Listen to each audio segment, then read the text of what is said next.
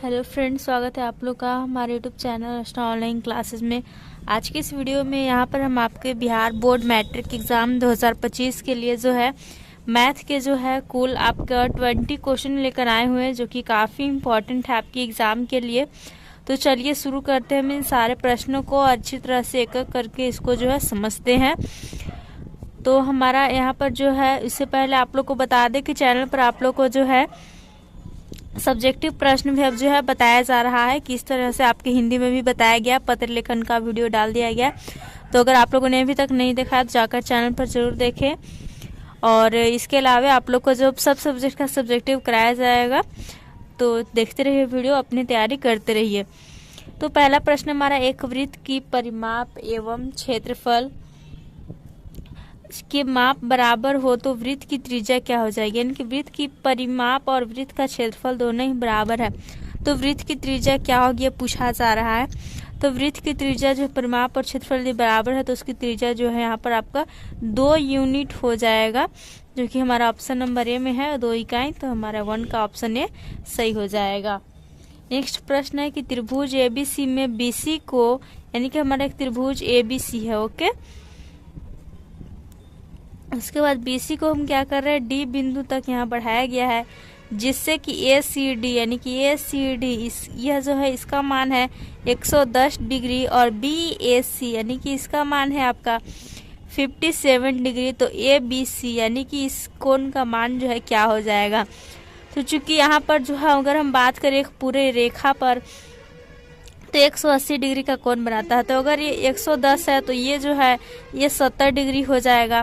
तो 70 और 57 को आप जोड़ दीजिए, तो ये हो जाएगा 7 और 7 5 12 127। अब क्या करना है, त्रिभुज के तीनों कोनों का योग होता है 180 डिग्री। तो 180 में से सिंपली आपको जो है 127 घटा देना है, जिससे कि क्या आएगा, देख सकते हैं यहाँ पर 10 में 7 गया 3 हो जाएगा, 7 में 100 गया 5 हो जाएगा। तो 53 डिग्री हमारा जो आंसर है वो हो जाएगा, जो कि ऑप्शन ए में है। तो 2 का हमारा ऑप्शन ए जो है वह राइट हो जाएगा।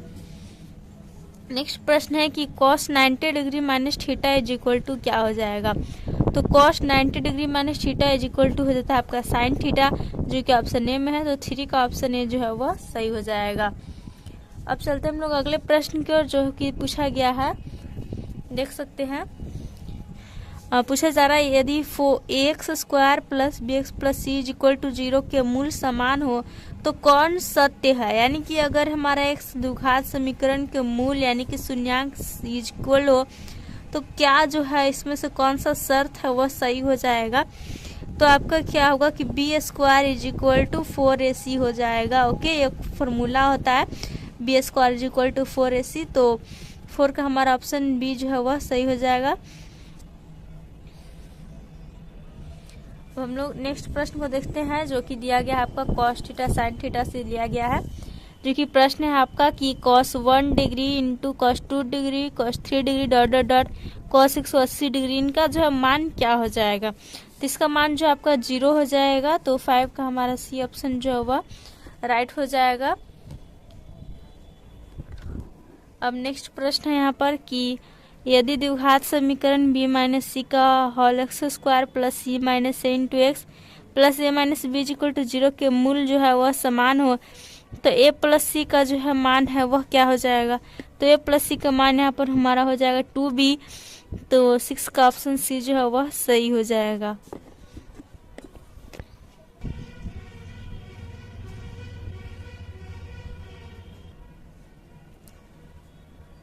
तो अब नेक्स्ट प्रश्न है यहाँ पर कि पूछा जा रहा है कि मूल बिंदु से बिंदु ए जो कि 4 को -3 है, इसकी दूरी क्या हो जाएगी। तो मूल बिंदु से दूरी का हमने जो आप लोग का बताया है सूत्र क्या हो जाता है, √x स्क्वायर प्लस जो है y स्क्वायर, आपको सिंपली कर देना है। तो ये होता है x, एक होता है y, इसे हम लोग कहते हैं भुज, और ये इस साइड वाला कहलाता है कोटि। तो यहाँ पर क्या हो जाएगा, हमारा x का मान 4 दिया है, तो √4 का स्क्वायर करेंगे और प्लस में -3 का स्क्वायर करेंगे। तो ये हो जाएगा 4 चौका 16 प्लस 3 3 9, यानी कि √25 आएगा, जो कि इक्वल टू 5 हो जाएगा, जो कि 5 का ऑप्शन सी में है। तो 7 का हमारा ऑप्शन सी जो है वह सही हो जाएगा। अगला प्रश्न है कि 1 प्लस tan स्क्वायर थीटा का मान क्या हो जाएगा। तो 1 प्लस tan स्क्वायर थीटा का मान हो जाता है सेक स्क्वायर थीटा। तो इसका ऑप्शन ए हम सही लगा देंगे। अगला है आपका 130313, इसका बहुलक क्या होगा? तो बहुलक क्या होता है आपका अधिक जो बारंबारता मान होता है, यानी सबसे ज्यादा बार क्या आया इस सारणी में। देख सकते हैं 3 जो है वो 3 बार आया है, जबकि 1 2 ही बार आया, तो इसलिए हमारा राइट आंसर 3 हो जाएगा, जो कि ऑप्शन नंबर डी में दिया हुआ है। नेक्स्ट अब अगला प्रश्न है कि y अक्ष से 5 इकाई दाईं ओर और x अक्ष पर एक बिंदु P स्थित है, तो P के निर्देशांक क्या है? यानी कि आप जो है निर्देशांक जानते होंगे, इधर जो यहाँ पर x हो जाता है, यहाँ पे y हो जाता है, तो y अक्ष से 5 इकाई दाईं ओर, y अक्ष से 5 इकाई अगर हम दाईं ओर चलेंगे तो किधर आएगा? यहाँ पर x आएगा, x अक्ष पर एक बिंदु है, तो इस P का जो है क्या हो जाएगा, इस जो निर्देशांक हो जाएगा, तो y से दाईं ओर हम चल रहे थे, यहाँ तो 5 हो जाएगा और यहाँ भी 5 हो जाएगा, तो 5,5 जो है लगभग हो जाना चाहिए इसका। लेकिन यहाँ पर जो 5 दाईं ओर, तो यहाँ पर 5 आ जाएगा, ओके। यहाँ पर P हमारा बिंदु x अक्ष पर एक बिंदु P है, वहाँ पर P नहीं है, P बिंदु x अक्ष पर है, इसलिए इसका निर्देशांक जो है यह नहीं होगा, इसलिए इसका निर्देशांक क्या हो जाएगा? 5 है, तो x का हम 5 लिखेंगे, और y का मान यहाँ क्या है? y में तो थोड़ा भी नहीं चला, ऊपर नहीं गया है, तो 0 हो जाएगा, 5,0 इसका निर्देशांक हो जाएगा, जो कि ऑप्शन नंबर ए में दिया हुआ है। अब अगला प्रश्न है कि 6/15 का दशमलव प्रसार क्या हो जाएगा? 6/15 का दशमलव प्रसार जो आपका शांत हो जाएगा, तो 11 का ये ऑप्शन सही हो जाएगा।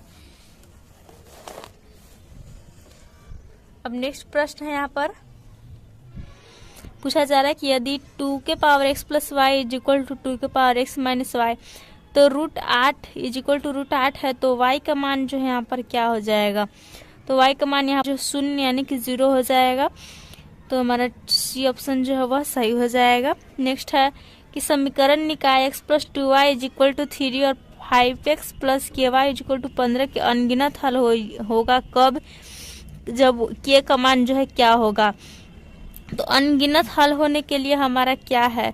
अनगिनत हल होने के लिए देख सकते हैं हमारा जो a बटा b, मतलब कि सब जो है इक्वल होना चाहिए, अपने में जो है बराबर होना चाहिए। तो देख सकते हैं यहाँ पर x वाला जो है यहाँ पर 1/5 है, अगर लिखेंगे तो इज इक्वल टू यहाँ पर 2 बटा क्या होना चाहिए, और इज इक्वल टू है 3/15 यानी कि 1/5। तो ऐसा होना चाहिए कि कट कर यहाँ पर भी जो 1/5 हो जाए, तो 2 से कौन जो यहाँ पर 5 बार में लग जाएगा, तो 2 5 10 लगेगा, इसलिए हमारा जो है बी यहाँ पर 13 का जो है वह सही हो जाएगा। नेक्स्ट है आपका कि साइन 61 डिग्री बटा साइन 29 डिग्री का मान क्या हो जाएगा? इसका मान हो जाएगा tan 61 डिग्री, तो बी ऑप्शन हमारा सही हो जाएगा। नेक्स्ट है यदि 4, x1 x2 x3 dot dot dot, AP में पूछा जा रहा है x3 का मान क्या हो जाएगा? x3 का मान क्या हो जाएगा? तो x3 का मान हो जाएगा आपका 22। अगर हम निकाले तो इसको जैसे पदों की संख्या निकाल जाए तो उस टाइप से निकल जाएगा। नेक्स्ट है आपका sec sine 20 degree cos 20 degree cosec 70 degree, इसका मान क्या हो जाएगा? तो इसका मान हो जाएगा आपका 2, तो 16 का यहाँ पर हमारा ऑप्शन डी जो है वह सही हो जाएगा।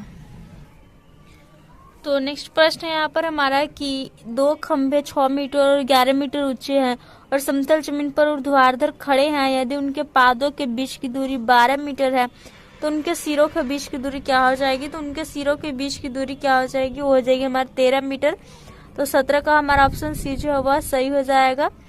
नेक्स्ट है बिंदु ए जिसका निर्देशांक 2,-4 है और बिंदु बी जिसका निर्देशांक 4,-2 है, इसको मिलाने वाली रेखाखंड का मध्य बिंदु क्या हो जाएगा? तो मध्य बिंदु का नियामक निकालना है यहाँ पर, तो वो हो जाएगा यहाँ पर 3,-3, जो कि हो जाता है x1 प्लस x2/2 और y1 प्लस y2/2, तो यहाँ पर हमारा जो है सी ऑप्शन सही हो जाएगा। नेक्स्ट है यदि x = 1 है तो दोनों समीकरणों का मूल जो है, मतलब x = 1 जो है दोनों समीकरण के मूल हो, तो ए बी का मान क्या हो जाएगा? तो ए बी का मान जो है यहाँ पर हो जाएगा 3, तो 19 का हमारा ऑप्शन सी सही हो जाएगा। और नेक्स्ट और लास्ट प्रश्न हमारा आज का कि 20वां प्रश्न है 4 - √3 कैसी संख्या है? तो इसको हम पिवट क्यू के रूप में चूंकि नहीं लिख सकते हैं, तो इसलिए हमारा जो है एक अपरिमेय संख्या हो जाएगा, तो 20 का हमारा ऑप्शन बी जो है वह सही हो जाएगा। कुल 20 क्वेश्चन यहाँ पर हमारा एंड होता है। नेक्स्ट वीडियो में हम जो और बचे क्वेश्चन को करेंगे। अगर आप लोग कुछ डाउट है तो कमेंट करके पूछ सकते हैं। वीडियो अच्छा लगा हो तो लाइक कीजिएगा, दोस्तों के साथ शेयर कीजिएगा। Thanks for watching video.